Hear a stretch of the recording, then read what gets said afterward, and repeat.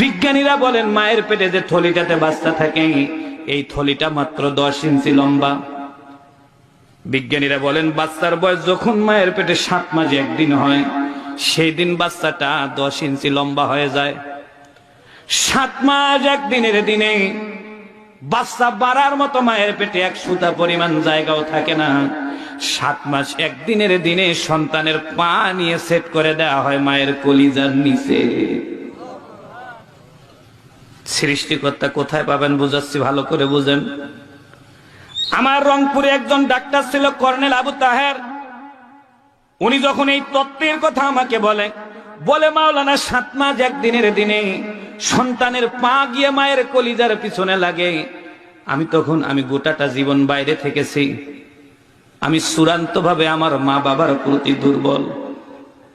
যখন উনি আমাকে কথাগুলো বলে আমি কাঁদতেছিলাম আর বলতেছিলাম, স্যার 7 মাস 1 দিনে যদি কলিজার নিচে সন্তানের পা লাগে মায়ের কি কোনো কষ্ট হয় না?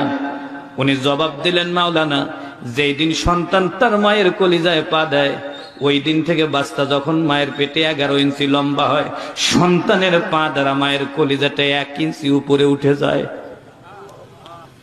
সন্তান যখন 15 ইঞ্চি লম্বা হয় সন্তানের পা দ্বারা মায়ের কলিজাটা 5 ইঞ্চি উপরে উঠে।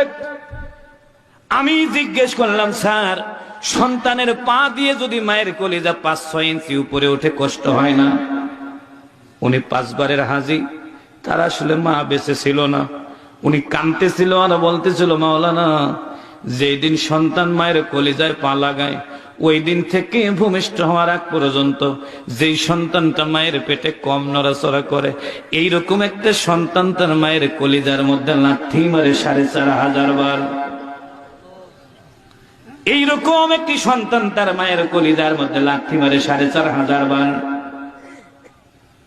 আমি মনে মনে চিন্তা করলাম, আমি আমার মায়ের কলিজায় 4500 বার লাথি দিয়েছি।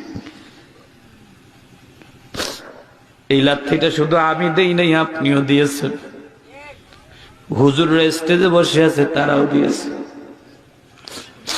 আমি ওনাকে জিজ্ঞেস করলাম, স্যার মায়ের কলিজায় যদি 4500 বার লাথি দেই মা বেঁচে থাকলো কিভাবে?